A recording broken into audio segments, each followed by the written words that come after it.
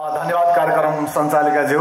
आदरणीय यस विद्यालयको 11औं वार्षिक उत्सव समारोहका सभापति तथा एसिया पेसिफिक स्कुलका प्रबन्ध निर्देशक सर, त्यसैगरी यस कार्यक्रमका विशिष्ट अतिथि टोखा नगरपालिका वडा नम्बर 11 का कार्यवाहक वडा अध्यक्षज्यू, त्यसैगरी यस विद्यालयका प्राध्यापकज्यू, यस विद्यालयका फाउन्डर मित्रहरू, यस विद्यालयमा अध्यापन गराउनुहुने सम्पूर्ण शिक्षक गुरुवर्गज्यू, आजको यस कार्यक्रममा उपस्थित हुनुभएका सम्पूर्ण अतिथिज्यूहरू, त्यसैगरी आजको यस कार्यक्रमका महत्त्वपूर्ण केन्द्रबिन्दुको रूपमा रहनुभएका तपाईहरू सम्पूर्ण अभिभावकज्यूहरू, यस विद्यालयमा अध्ययनरत विद्यार्थी भाइ बहिनीहरू, सर्वप्रथम त यस कार्यक्रममा उपस्थित हुनुभएका सम्पूर्ण महानुभावहरूमा टोखा नगरपालिका शिक्षा युवा तथा खेलकुद शाखा र मेरो व्यक्तिगत तर्फबाट यहाँहरू सम्पूर्णमा हार्दिक नमस्कार व्यक्त गर्न चाहन्छु। नमस्कार।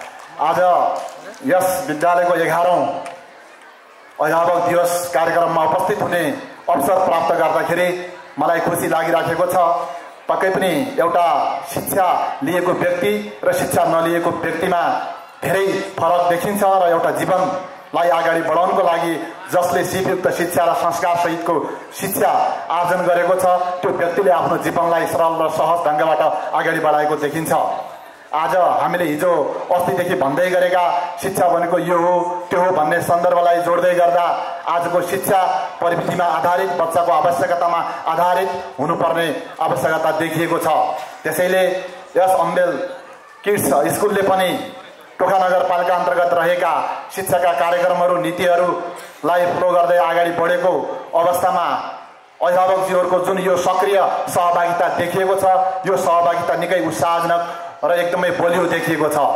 मलाई के लाग्दछ भने एउटा विद्यालयलाई राम्रो बनाउनको लागि, एउटा विद्यालयको शिक्षाको गुणस्तर माथि उठाउनको लागि एउटा विद्यालय मात्र लागेर हुँदैन।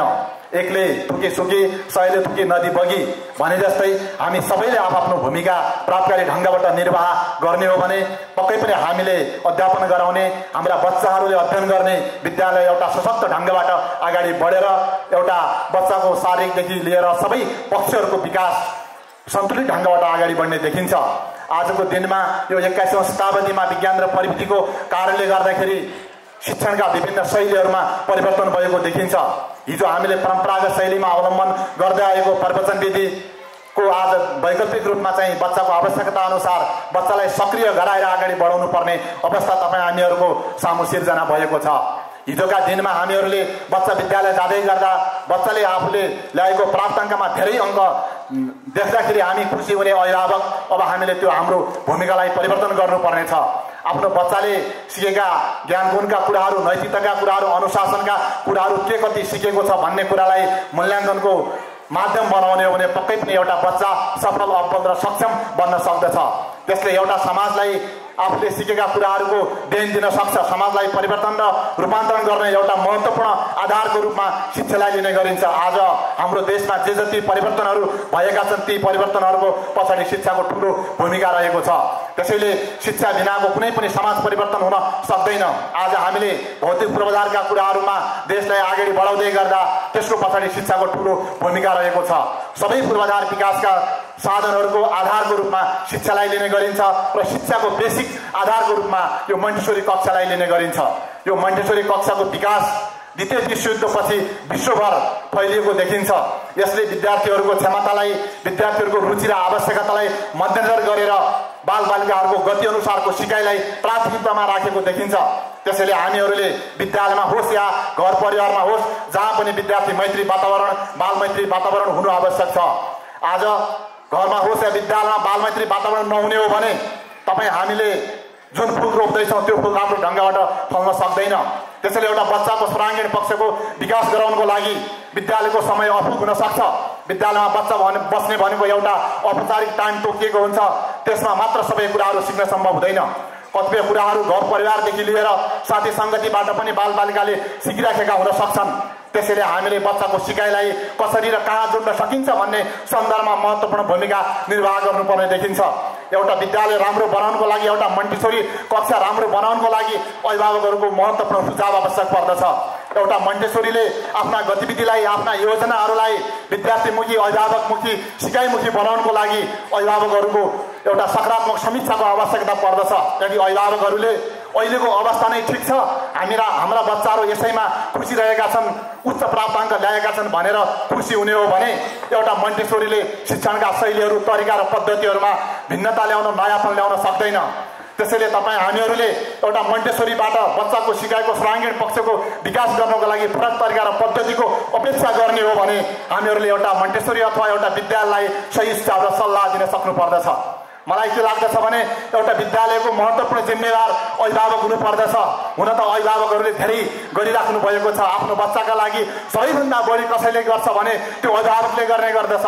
त्यसैले आजको यस कार्यक्रममा पनि बच्चाहरूको प्रस्तुति हेर्नको लागि एकदमै खुसी, मुहारमा उज्यालोपन अभिभावकहरूको देखिएको छ। मलाई के लाग्दछ भने यो मुहारमा देखिएको उज्यालो सँगसँगै अभिभावकहरूले एउटा जिम्मेवारीको बोध पनि गर्नुभएको छ। मैले मेरो बच्चाको लागि मात्र होइन, एउटा स्कुललाई राम्रो बनाउनको लागि मैले ठुलो भूमिका निर्वाह गर्न सक्छु भन्ने आत्मविश्वासका साथ तपाईँहरू आज यस कार्यक्रममा सहभागी हुनुभएको छ। तपाईँहरूको यो सक्रियता सशक्त ढङ्गबाट अगाडि बढ्ने हो भने पक्कै पनि टोखा नगरपालिकाको शिक्षाको गुणस्तर विकास गर्नको लागि महत्त्वपूर्ण भूमिका रहनेछ। टोखा नगरपालिका अन्तर्गत आजको दिनमा हेर्ने हो भने 50 भन्दा बढी मन्टेसोरी विद्यालय अथवा मन्टेसोरी पद्धतिमा आधारित विद्यालयहरू खुलेका छन्। ती विद्यालयहरूको हामीले अनुगमन गर्ने, सुपरिवेक्षण गर्ने कार्यक्रमहरू पनि अगाडि बढाएका छौँ। त्यसैले यी जो मन्टेसोरीहरू छन्, यी मन्टेसोरीहरूमा टोखा नगरपालिका अन्तर्गत रहेका 9% भन्दा बढी विद्यार्थीहरू अध्ययनरत रहेका छन्। त्यसैले जुन यो शिक्षाको गुणस्तर विकास गर्नको लागि शिक्षा प्रदान गर्ने एउटा नैसर्गिक अधिकार छ, त्यो नैसर्गिक अधिकारलाई पुरा गर्नको लागि जुन मन्टेसोरीहरूले जुन भूमिका निर्वाह गर्नुभएको छ उहाँहरूप्रति हामी हार्दिक आभार व्यक्त गर्न चाहन्छौँ। र आगामी दिनहरूमा पनि तपाईँहरूको सक्रियता आवश्यक पर्दछ। हामीले हिजोका दिनमा बच्चाहरू विद्यालय पठाउँदै गर्दा अभिभावकको भूमिका पुरा भयो भन्ने जुन मान्यता छ, त्यो मान्यताबाट अलि माथि उठेर फ्याक्लो ढङ्गबाट सोच्ने हो भने पक्कै पनि शिक्षाका क्षेत्रहरूमा आमूल परिवर्तन गर्न सकिन्छ। टोखा नगरपालिकाले शिक्षाको क्षेत्रमा विकास गर्नको लागि शिक्षालाई प्रविधिसँग कसरी जोड्न सकिन्छ, शिक्षालाई नयाँ ढङ्गबाट कसरी अगाडि बढाउन सकिन्छ भन्ने सन्दर्भलाई जोड्दै पाठ्यपुस्तकविहीन कक्षा सञ्चालनको कार्यविधि पनि प्रकाशन गरिसकेको छ। त्यही कार्यविधि अनुसार यस विद्यालयले पनि, यस मन्टेसोरी विद्यालयले पनि आफ्ना गतिविधिहरू अगाडि बढाएको छ। हामीले पाठ्यपुस्तकको प्रयोग नगरिकन पनि विद्यार्थीलाई कसरी सिकाउन सकिन्छ भन्ने सन्दर्भलाई जोड्दै नगरपालिकाको वार्षिक नीति र कार्यक्रमका आधारमा त्यो कार्यक्रम सञ्चालनमा ल्याएको छ। र हामीले यो चालु आर्थिक वर्षमा त्यो कार्यक्रमलाई परीक्षणको रूपमा लिएका थियौँ भने आगामी नयाँ आर्थिक वर्षमा त्यो कार्यक्रममुखी ढङ्गबाट हामीले अगाडि बढाउने योजना बनाएका छौँ।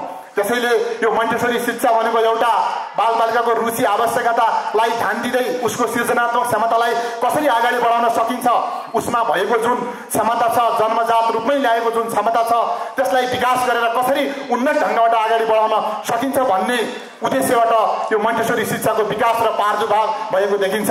नेपालको सन्दर्भमा 2050 साल पश्चात यस शिक्षाको विकास भएको देखिन्छ। अहिले पनि हेर्ने हो भने नेपालका सहरी क्षेत्रहरूमा मन्टेसोरी कक्षाहरूको विकास तीव्र रूपमा भएको देखिन्छ भने ग्रामीण क्षेत्रहरूमा यसको विकास अझै हुन सकिरहेको छैन।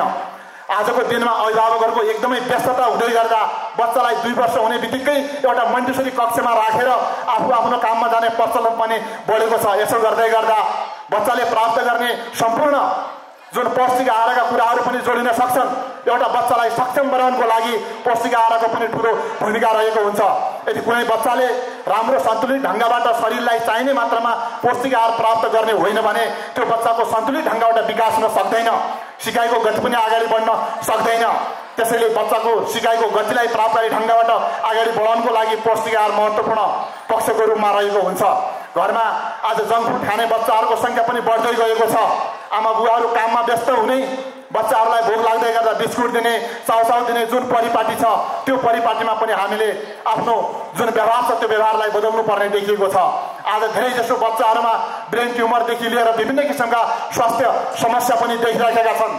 त्यसैले ती कुराहरू किन देखिन्छन् भन्ने सन्दर्भमा सबैको व्यस्तताको कारणले गर्दाखेरि बच्चाहरूको ख्याल प्रभावकारी ढङ्गबाट 100% 100% पुग्न नसकेको देखिन्छ। यसो भन्दै गर्दा तपाईँहरूलाई लाग्न सक्छ अभिभावकहरूप्रति मात्र कुरा गर्ने हो भन्ने प्रश्न पनि उठ्न सक्छ। त्यो स्वाभाविक हो। मलाई लाग्छ हामीहरूको भेटघाट हुने भनेको अभिभावकहरूसँग यस्तै कार्यक्रममा हो। त्यसैले अभिभावकहरूसँग आफ्ना कुराहरू राख्ने एउटा अवसरको रूपमा पनि हामीले यो कार्यक्रमलाई लिने गरेका छौँ र यसो भन्दै गर्दा विद्यालयहरूले सबै कुरा गरेको छ त भन्ने जिज्ञासा पनि आउन सक्छ। त्यो कुरा हामीहरूलाई भन्दा तपाईँहरूलाई बढी थाहा हुनुपर्दछ, किनभने एउटा अभिभावकले एउटा विद्यालयको अनुगमन दिनको 2 पटक गरेको हुन्छ। एक पटक बच्चालाई विद्यालयमा छोड्दै गर्दा, एक पटक बच्चालाई विद्यालयबाट घर लग्दै गर्दा। त्यसैले हामीले पनि अनुगमन नगरेको त होइन, हामीले नगरपालिकाबाट विद्यालयहरूको अनुगमन गर्दाखेरि प्राविधिक सुझाव र सल्लाह दिएर जाने गरेका छौँ। तर पनि विद्यालयहरू सुधार गर्नको लागि सबै पक्षहरू सही ढङ्गबाट लाग्ने हो, सकारात्मक समीक्षा गर्ने हो भने पक्कै पनि एउटा विद्यालय राम्रो बन्न सक्छ, गुणस्तरीय शिक्षाको रूपमा अगाडि बढ्न सक्छ। त्यसैले हामीले निकट भविष्यमा नै टोखा नगरपालिकालाई शैक्षिक हबको रूपमा कसरी विकास गर्न सकिन्छ भन्ने ढङ्गबाट पनि जनप्रतिनिधिहरूदेखि लिएर कर्मचारीहरूसँग बहसको रूपमा हामी अगाडि बढेका छौँ। यो सन्दर्भलाई जोड्दाखेरि तपाईँ अभिभावकहरूको पनि ठुलो भूमिका रहन सक्छ। तपाईँहरूले आफूले दिने सुझाव सल्लाहहरू पनि त्यहाँ जोडिन सक्छ। अब हामीले नयाँ शैक्षिक सत्र 2082 को वैशाखको अन्तिमतिर हरेक विद्यालयका विद्यालय व्यवस्थापन समितिदेखि लिएर प्रधानाध्यापकहरूसँगको ठुलो अन्तर्क्रिया कार्यक्रम गर्दैछौँ। त्यसमा पनि तपाईँहरूको सुझाव सल्लाह, आगामी रणनीति कस्तो हुने भन्ने सन्दर्भमा तपाईँका सुझाव र सल्लाहलाई पनि हामीले लिने र टोखा नगरपालिकाको शिक्षाको नीति कस्तो हुने भन्ने सन्दर्भमा तपाईँहरूका गरिमामय सुझावहरूलाई हामी लिन सक्छौँ। त्यसैले आजको यस कार्यक्रममा धेरै बोलिराख्ने हो भने बच्चाका प्रस्तुति हेर्ने तपाईँहरूको समय कम हुन सक्छ।